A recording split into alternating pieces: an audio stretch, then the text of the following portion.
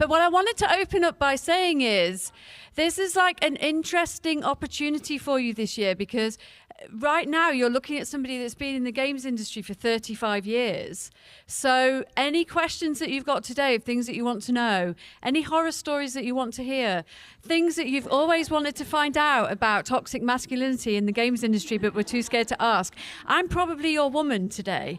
So I'm going to teach you quite a few bits and pieces about the games industry. You can tell that I'm from the UK. I'm not going to go into a great deal of depth about myself because I'm really boring, but my games kind of speak for themselves, which we'll talk about in just a moment. But to start off with, and I'll get my little remote out of my pocket, I want to find out what game makers actually do. This is going to be an interactive presentation today, so I need you to be like full energy so that you can answer all of my questions and I can feel all of your vibes, right? I love it. Everyone's like, yep, go. And I also need to move out of the way of the screen because otherwise you're not going to get to see anything. Okay, here we go. Get ready, everybody, for slide one. No, that's slide two. What do game makers actually do? I've used Comic Sans throughout, so I hope that everybody really enjoys that. What do game makers actually do?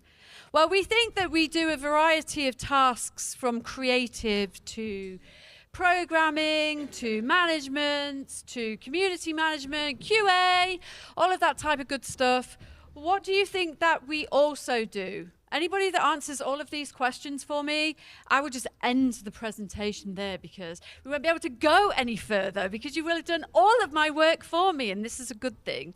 In the spirit of Womanize, because we want to get rid of Womanize as well, right? We don't want to come to this anymore. So let's try and get to a place where you won't have to see any more of these dreadful slides, but I promise they're going to be a flow state. Does anybody want to start me off and say what game makers actually do? Yes.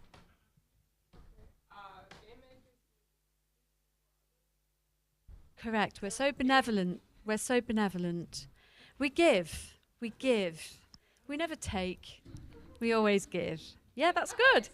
Yeah. We make entertainment for other people. We make experiences for others. That's true. We also make money for people that we don't know the names of those people sometimes, right? So, okay, well, if you're okay doing that, that's fine. The types of things that we actually do are what I discussed at the beginning, but programming is not just programming, it's creative problem solving. It's sometimes not creative problem solving, it's mathematical problem solving. Game design is not game design. Sometimes game design is also problem solving, but much more creative. It's also, I guess, solution-based creativity. That's also problem solving, creative problem solving. I want to know, and this is like stupid, this slide, is I wanted to be honest about the games industry because it's an effing mess right now.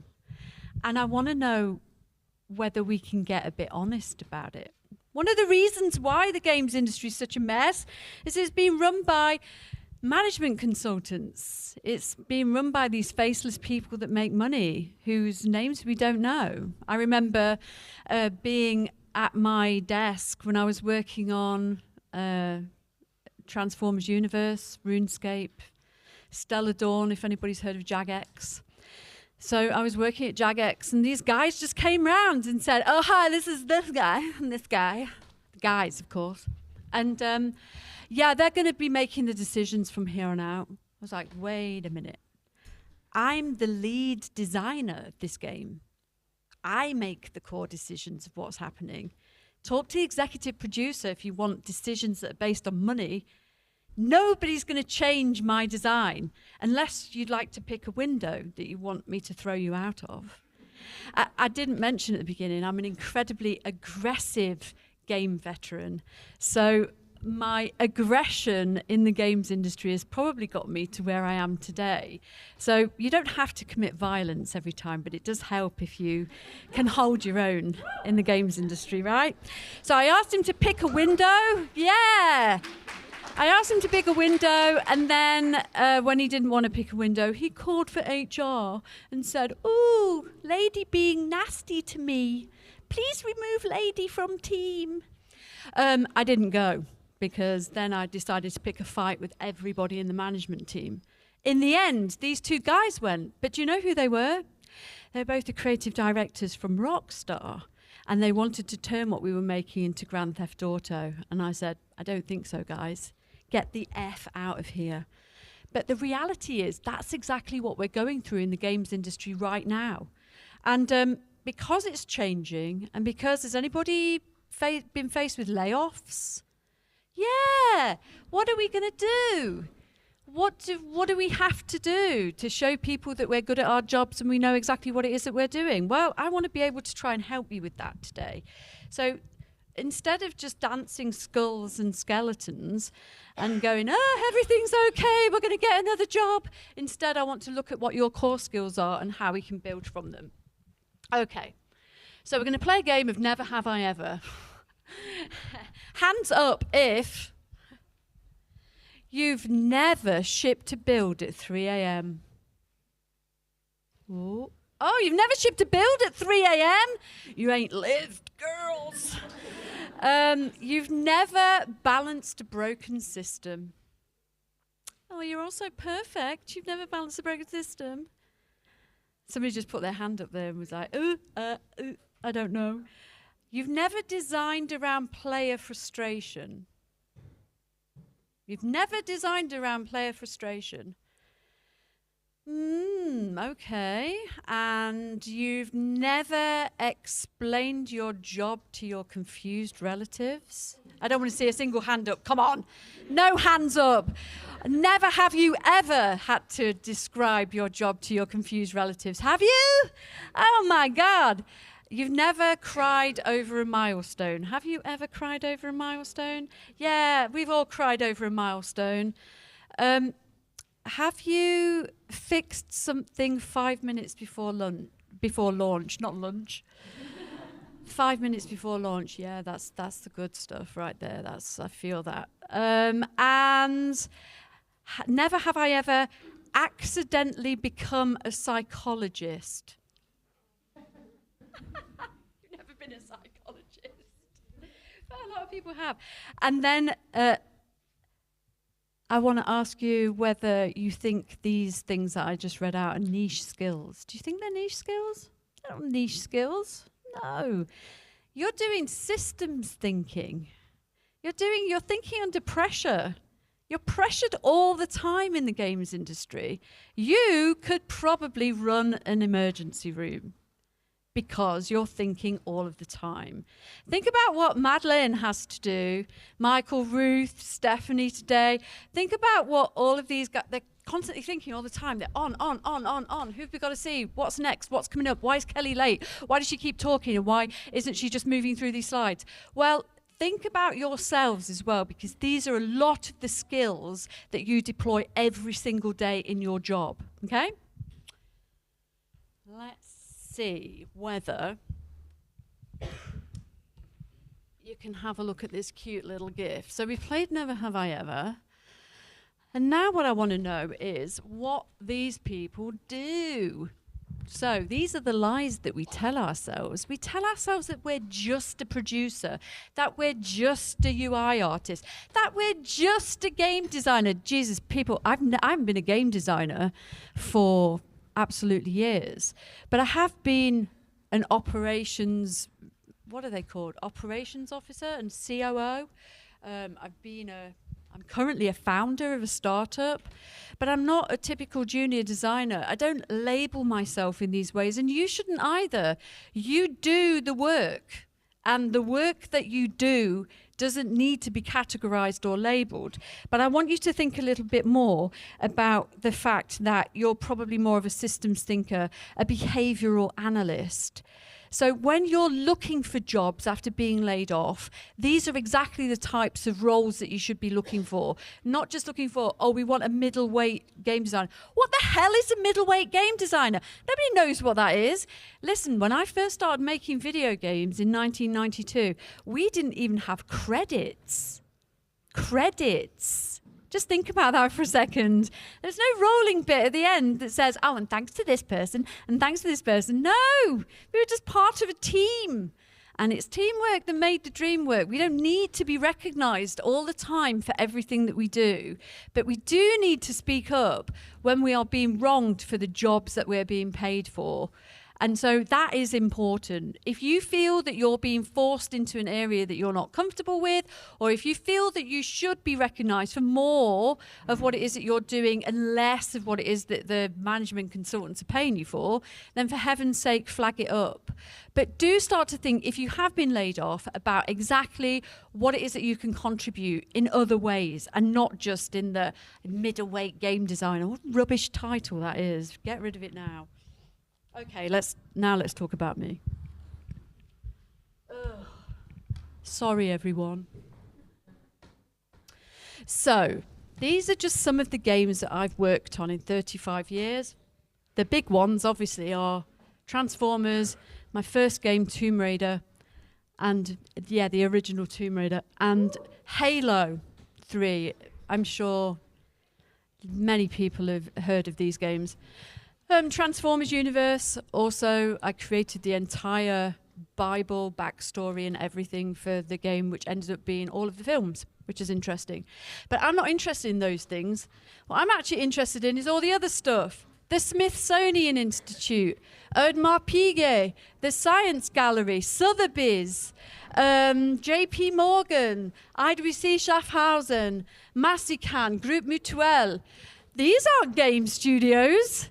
What the hell is Kelly Vero doing working in something that isn't a game studio? Why am I not a middleweight designer? Or why am I not a producer or a UI artist? Well, largely because these roles don't exist outside of the games industry, mainly, or the software industries. And so what I need to do is use what my mama gave me, which is not my ass. I need to use my mouth, my expertise, my abilities, and my body of work to be able to do other jobs in other places. So that's what I did. I went and worked for places like Net-a-Porter. I went and worked for Alexander McQueen, Lulu Guinness, Femtech Lab, Louis Vuitton. So I've done all kinds of different bits and pieces that are game related. Yes, they are. They are design focused, production focused, operational, but they're not video games. No way. I dip in and out of the video games industry. Why? Because we've been here before with layoffs. We've been here a million times before.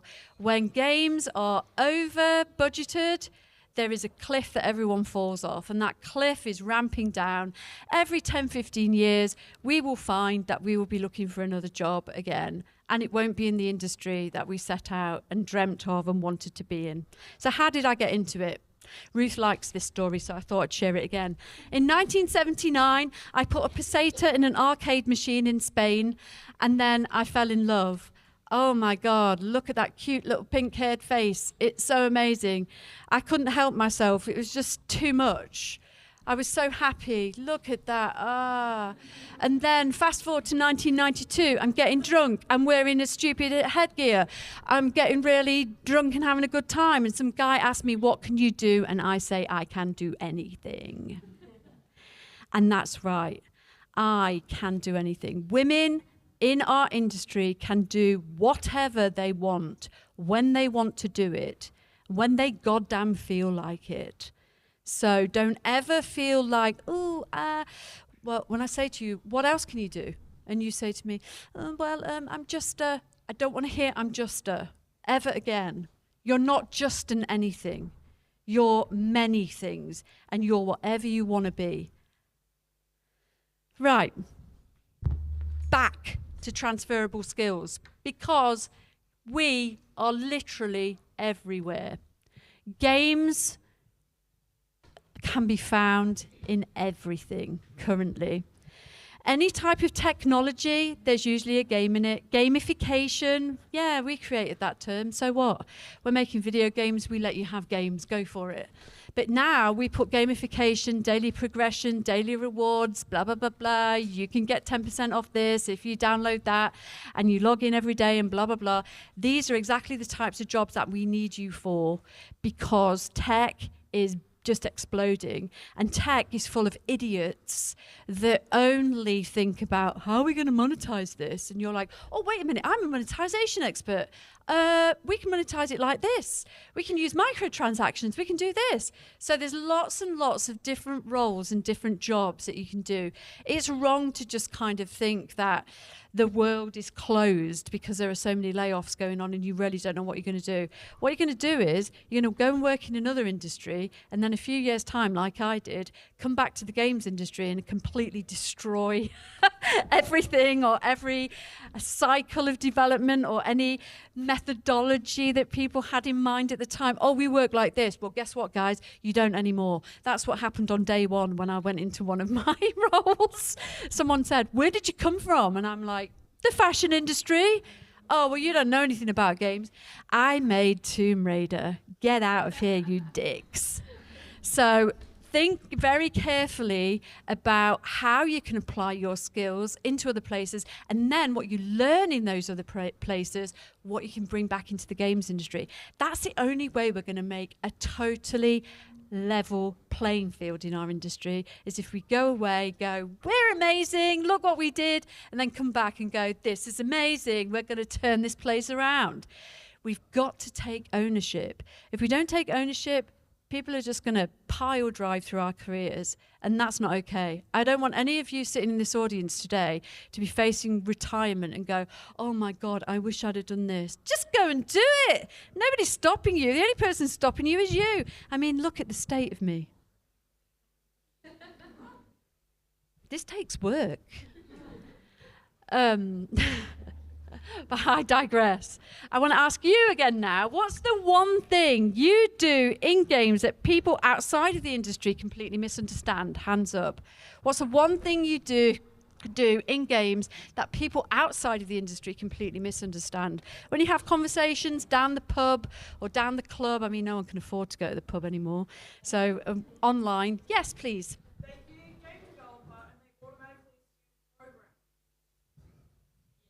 How do you mitigate that?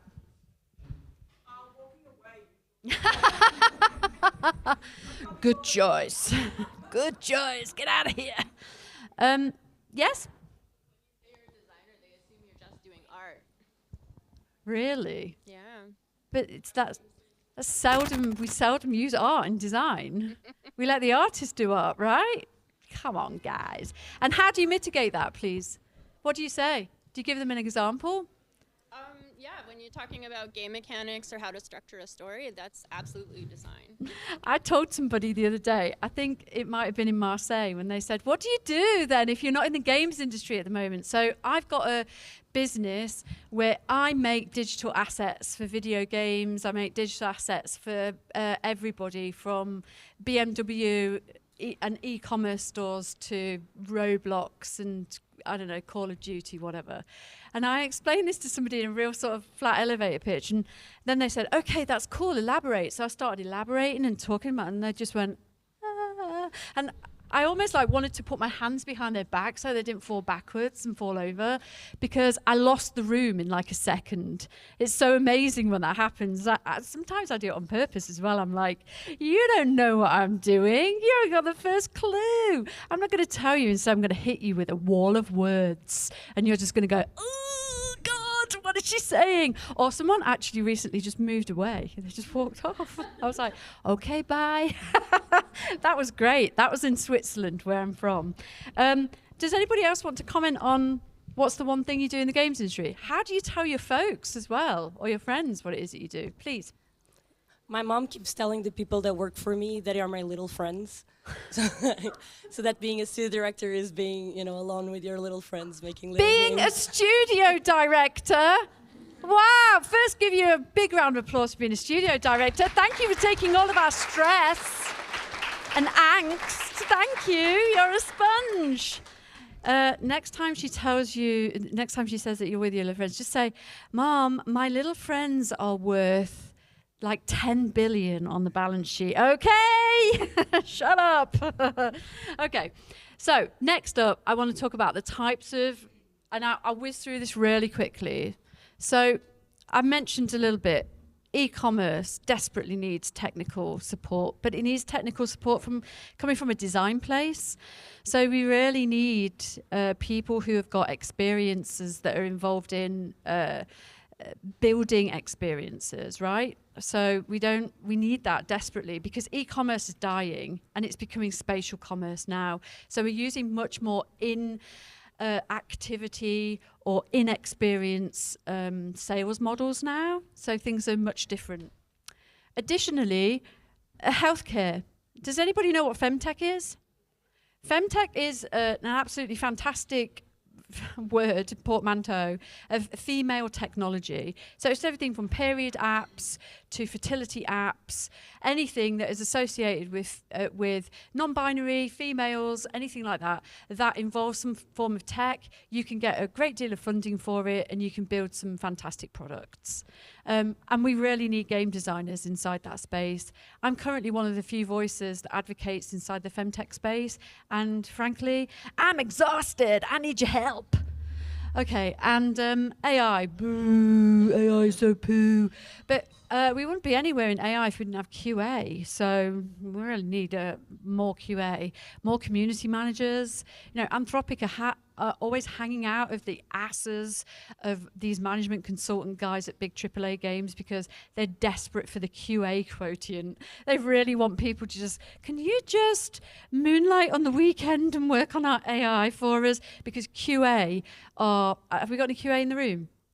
Any community managers?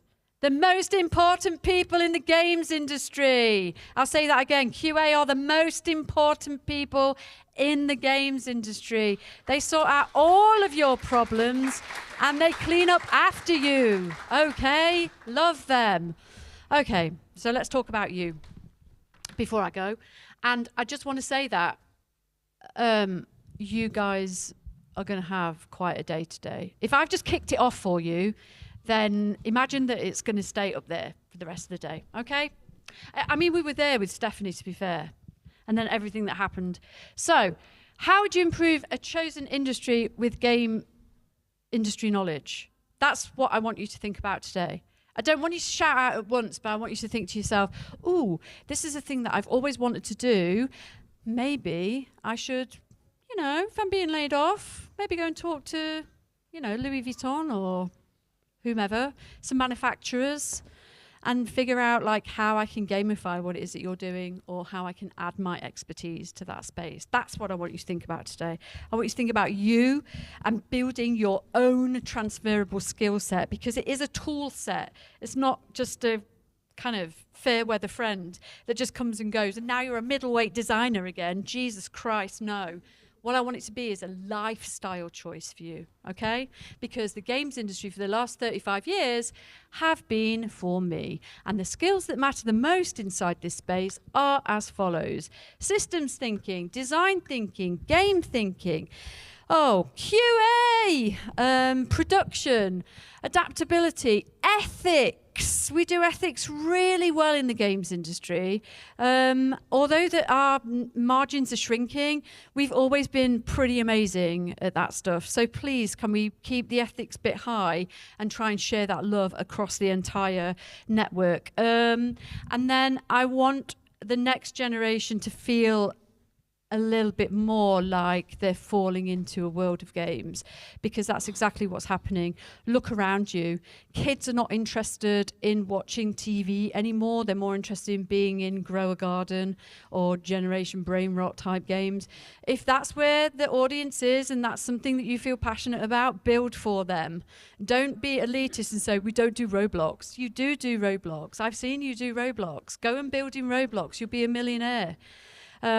These are the new places that people are going to. Don't listen to management consultants anymore. They are bad for your health.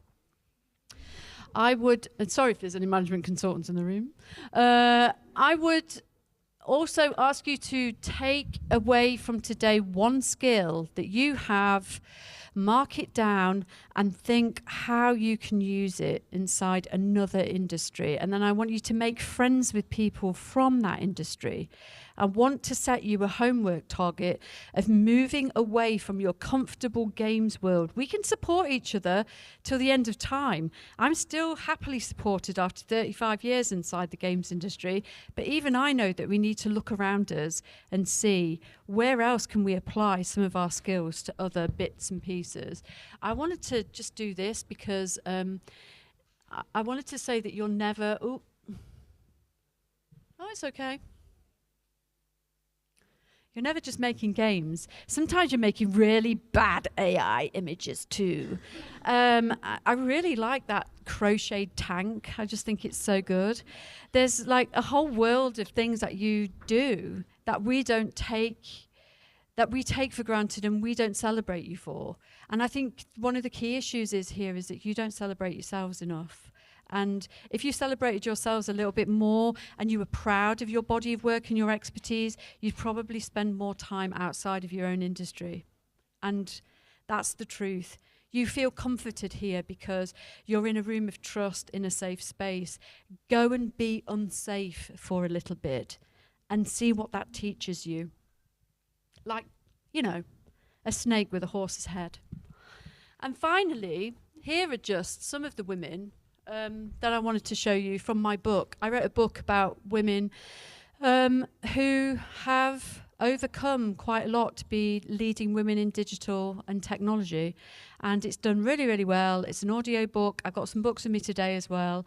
But these women all work either in the games industry or they moved out of the games industry and created new careers for themselves because the games industry was so male, so toxic and so unfriendly into the ideas that they had and they wanted to build. So instead of hanging around and taking it and feeling all sad about it, because it is bloody sad, they said, sod off, guys, we're going somewhere else and it's too late. So we've got artists, we've got the person that patented gestures in VR, we've got a culturalization expert, Kate Edwards, Kaylee, who is a leading female black entrepreneur in the UK that used to be my game developer at Jagex. And we've got Marion Mulder, who created the Pride event. Pride? She invented it. And then we've got Rocio Evanet, who used her knowledge of playing asteroids in the 1980s to create a huge fashion pattern database. So they're just some of the women that I'm excited about. And I'm going to keep writing about you because you excite me. I think you're amazing. You don't give yourself enough credit. And you've got lots of incredible allies in this room today as well. Let's give it up for the men. Let's give it up for the ladies. Let's give it up for you. That's the end of my TED Talk.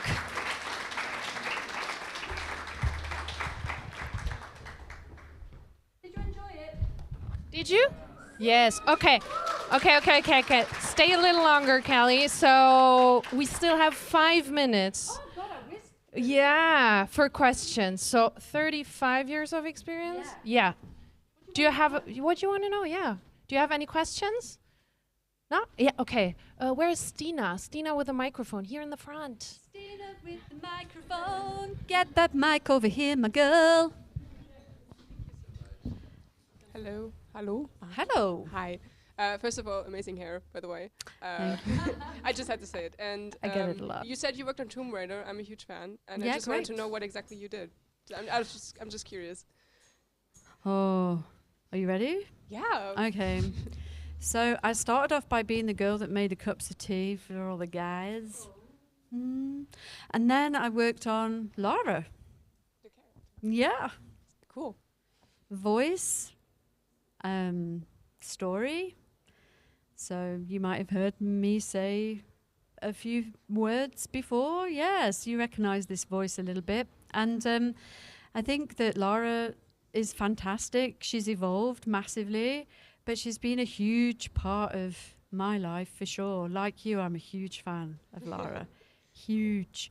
But yeah, I worked as a junior game designer. They weren't called that in those days. They were just called game designers. Incidentally, they're not called that in Japan. Did you know that? Like, game designers are called planners, because that's what we do. We plan what the action is inside of the games industry. I worked at Sony Tokyo for 2 years also, straight after Tomb Raider. Do you want to know a really cool story, actually, about what happened after Tomb Raider? I got fired because our company got bought out. And I thought, ooh, I really want to work on this Tom Clancy game. What do I have to do? I went for the interview. They said, ooh, you're a girl. You can't, like, take this job on. I said, well, then what do I have to do? And they said, well, I don't know. Go and find out more about the military. So I joined the army. I did 3 years right here in this beautiful country. I served my country from Germany.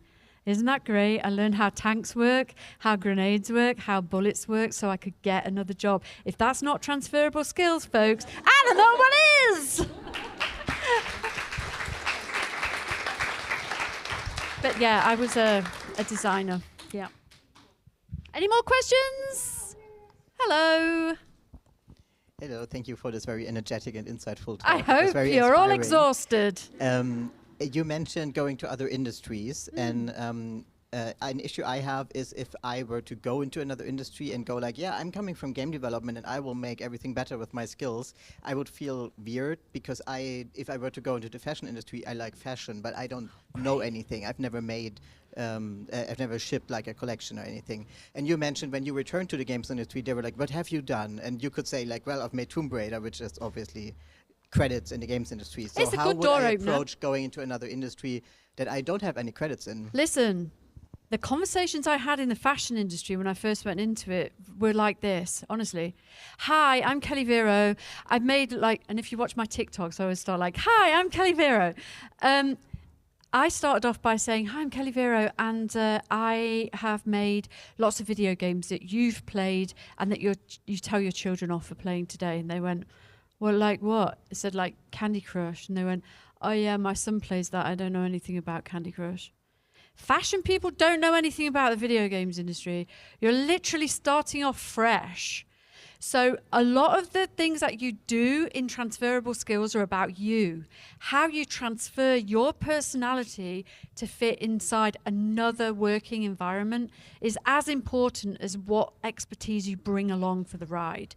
You've got to be confident, you've got to be strong, but moreover, you've got to believe that what you say is true. If I go into a fashion collection and say, hey, Alexander McQueen's team, I'm going to create something for you that's going to blow everyone's balls off in the room. They're like, no, we do that every season.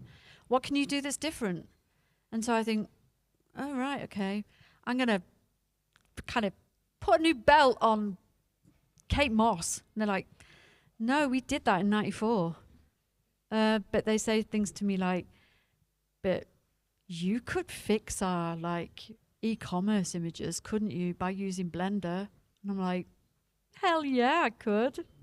And then we start talking about Blender, and they're like, we don't know anything about Blender. I'm like, well, I do. And now I've got the keys to the kingdom because you want to be in Blender. And so I then create from a position of tech. And I feel comfortable and confident speaking from all those places. And confidence, folks, is one of the things that we struggle with the most in games, right? We always feel this stupid ass imposter syndrome, which doesn't exist. It's just been projected onto us. Instead, what we should do is be as loud and as proud as we are about ourselves, our pronouns, our abilities, and say that we can do it. What jobs have you got? We can do it. I don't care if I start off as a tea girl again, all over again. In the Friedrich Nietzsche style, I will go through hell like a million times just to live this awful life. Yeah, absolutely. And so should you all.